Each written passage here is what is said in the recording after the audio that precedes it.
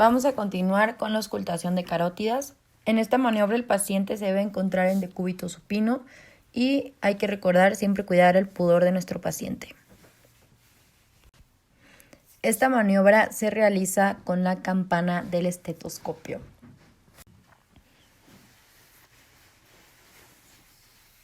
Vamos a palpar la arteria carótida y colocar el estetoscopio en ese lugar.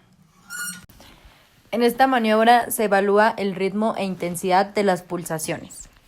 En este paciente se encontraron pulsaciones rítmicas y con buena intensidad.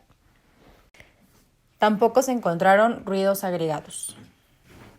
Esta maniobra nos puede ayudar a identificar diferentes patologías, como por ejemplo un soplo carotidio.